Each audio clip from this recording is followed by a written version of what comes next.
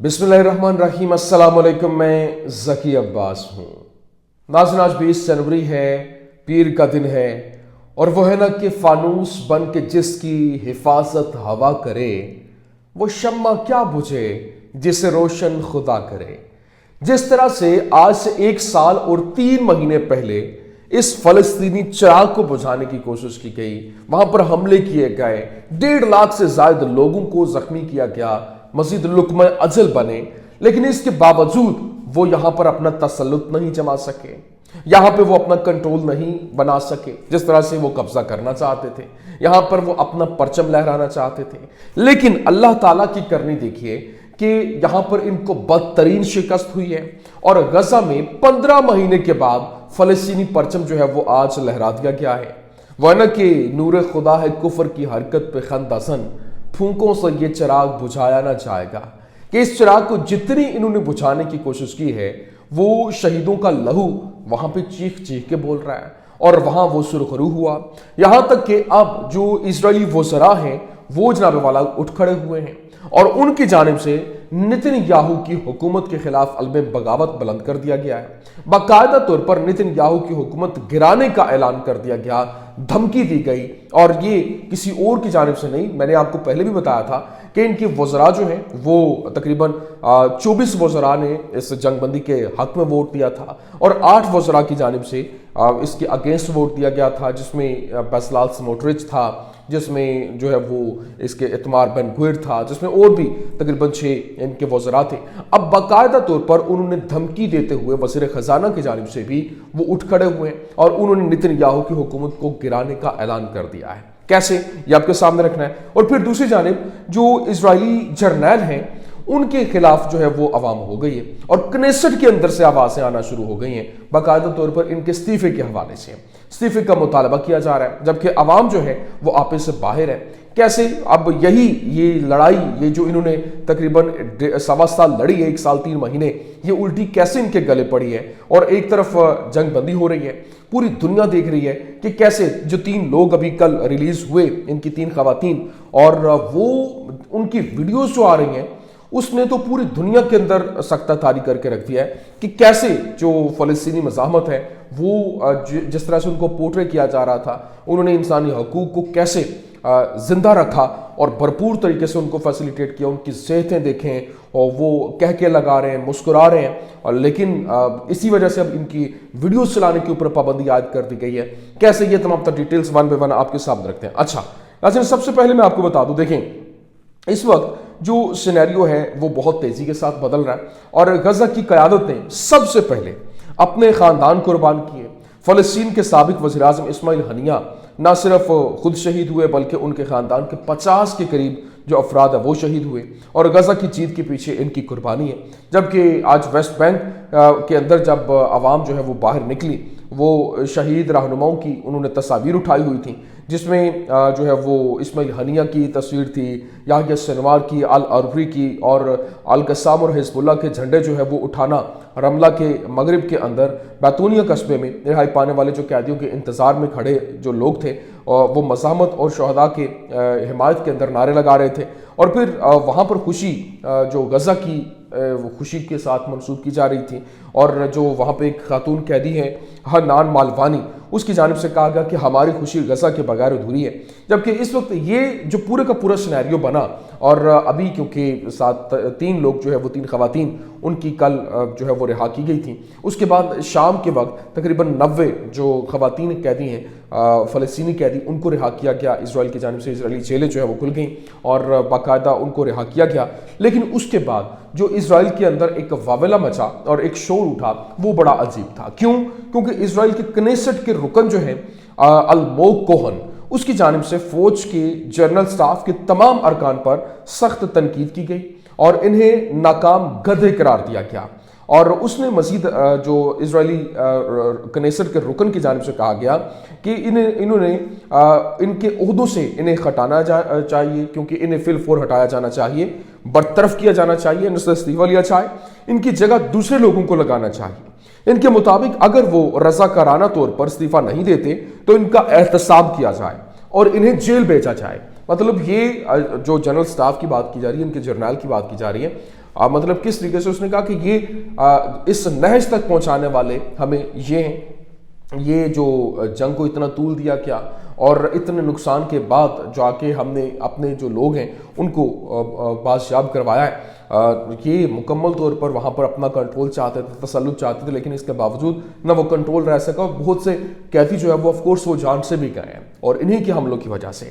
اور پھر اوپر سے وہ جو لوگ ہیں خصوصی طور پر جن کو انہوں نے رہا کیا، اور باقاعدہ طور پر جو رہائی پا کے وہ 3 خواتین آئی ہیں، وہ ان کی صحتیں بہترین نئی ہوڈیز پہنی ہوئی ہیں، اور پھر ان کے جو اسمائل چہروں کے اوپر وہ لگ ہی نہیں رہا کہ وہ 1 سال اور 3 مہینے قید گزارنے کے بعد جو ہے وہ واپس آ رہی ہیں۔ جب آپ قید سے نکلتے ہیں آپ کی کیفیت ہی ایسی ہوتی ہے، لیکن یہاں پر وہ عوام کے اندر غم و غصہ اور ان کی ویڈیوز چلانے کے اوپر بھی، نشر کرنے کے اوپر بھی پابندی عائد کر دی گئی ہے۔ لیکن یہاں پر جو مزید چیزیں سامنے آ رہی ہیں ابھی یو ایس اور ایجپٹ کی جانب سے اور قطر کی جانب سے، ایک قاہرہ کے اندر باقاعدہ طور پر مانیٹرنگ باڈی جو ہے وہ بنائی گئی ہے، جو کہ فلسطینی مزاحمت حماس اور جو اسرائیل کے درمیان جو معاہدہ ہے اس کے اوپر عمل درآمد، جو یہ جنگ بندی معاہدے کے اوپر عمل درآمد کروائے گا اور کسی قسم کی کوئی وائلیشن نہیں ہونے دے گا۔ کہا جاتا تھا کہ جی جو امریکہ ہے وہ مطلب اس نے کروا تو دیا، لیکن اسرائیل اس کے اوپر عمل درآمد نہیں کرے گا۔ تو اب باقاعدہ طور پر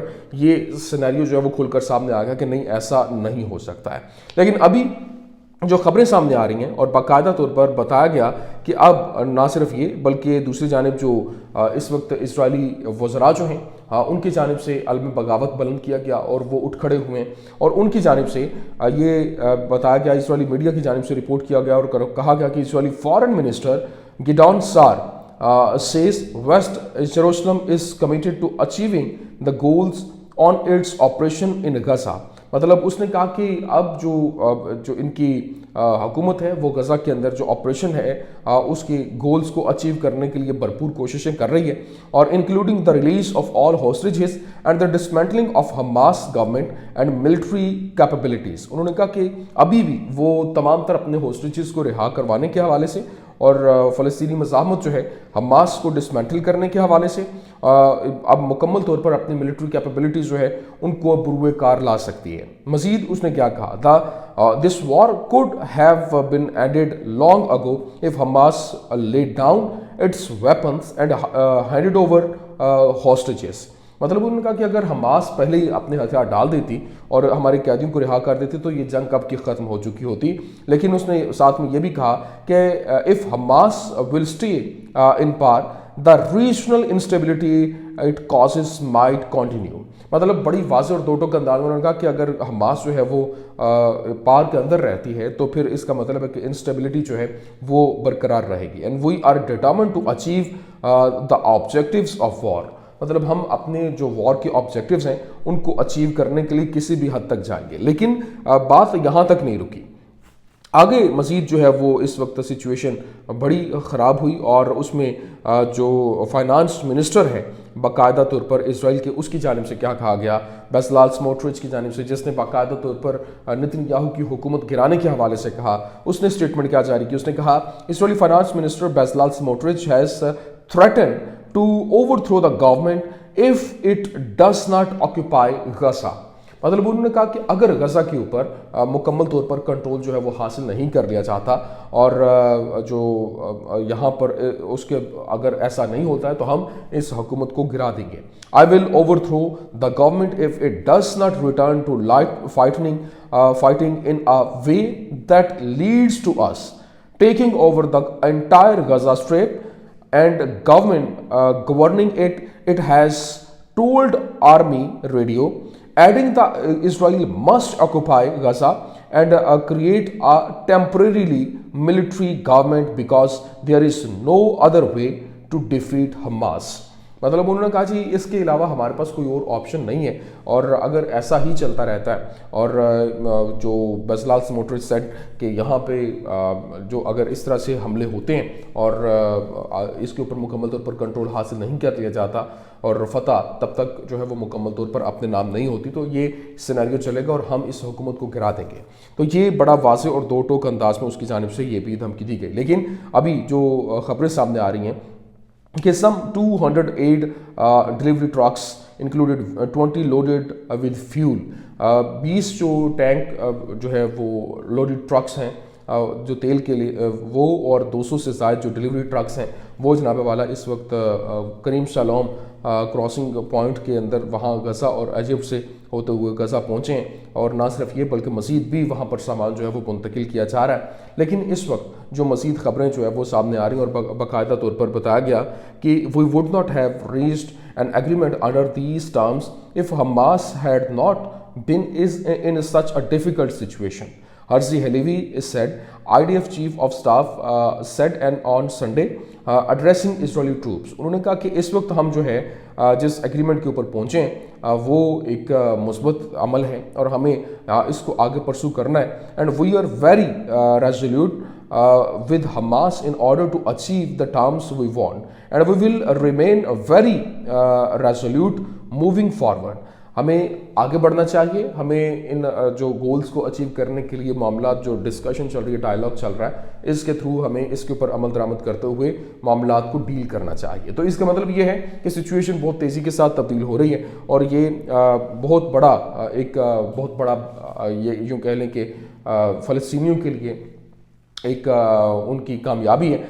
ईरानी हैकिंग ग्रुप जो है हंडाला ग्रुप, उसकी जानिब से एक खबर जो ब्रेक की गई, उसने कहा कि मोसाद के लिए कुछ यादगार मंसूबा जो है वो बनाया गया है और अपने कैलेंडर्स को निशान सद कर लें, क्योंकि ऐसी हैरतें लाने वाला एक बहुत बड़ा डॉक्यूमेंट जो है वो लीक होने जा रहा है। और होशियार रहो, तैयार रहो, जो आने वाला है उनकी बुनियादें जो है वो हिला के रख देगा। और हंडाला हैकिंग ग्रुप की जानिब से बताया गया कि एक कुछ बहुत तगड़ा किस्म का डेटा जो है वो उन्होंने चोरी किया है और मोसाद के मालियाती नेटवर्क्स का इंकशाफ हुआ है। तकरीबन 3 टेराबाइट्स डेटा जो है वो हैक किया गया है और हंडाला हैकिंग ग्रुप की जानिब से खबर शाया की गई और बताया गया कि आज मोसाद के लिए अच्छा नहीं है। क्योंकि हंडाला के पास मोसाद के लिए एक यादगार चीज़ है और अपने कैलेंडर्स को निशान सद कर लें। 20 जनवरी एक ऐसा सरप्राइज़ लाएगा जैसा कि कोई और नहीं। चौकस रहें, तैयार रहें, जो आने वाला है वो बुनियादें हिला के रख देगा। ये दावा किया जा रहा है हंडाला ग्रुप हैकिंग ग्रुप की जानिब से, जो कि ईरानी ग्रुप है और उसकी जानिब से, ईरानी हैकर्स की जानिब से ये खबर जो है वो रिलीज़ की गई। लेकिन इसके साथ साथ दूसरी जानिब जो पासदारानी इनकलाब है IRGC की जानिब से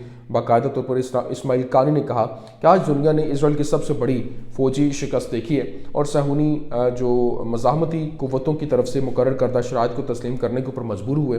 ये वो शराइत हैं जो पहले मुज़ाकरात के पिछले दौरों में ज़ेर बहस जो है वो आई थी। लेकिन इस्लामी इनकलाबी गार्ड कोर की कमांडर की जानिब से कहा गया कि सुप्रीम लीडर की तरफ से मिसाइल ऑपरेशन के लिए जो बुनियादी शर्त रखी गई है वो ये है कि किसी भी शहरी को नुकसान नहीं पहुँचना है और ना ही पहुंचाना है। अगर मिसाइल काफ़ी दुरुस्त नहीं तो ऑपरेशन नहीं किया जा सकता।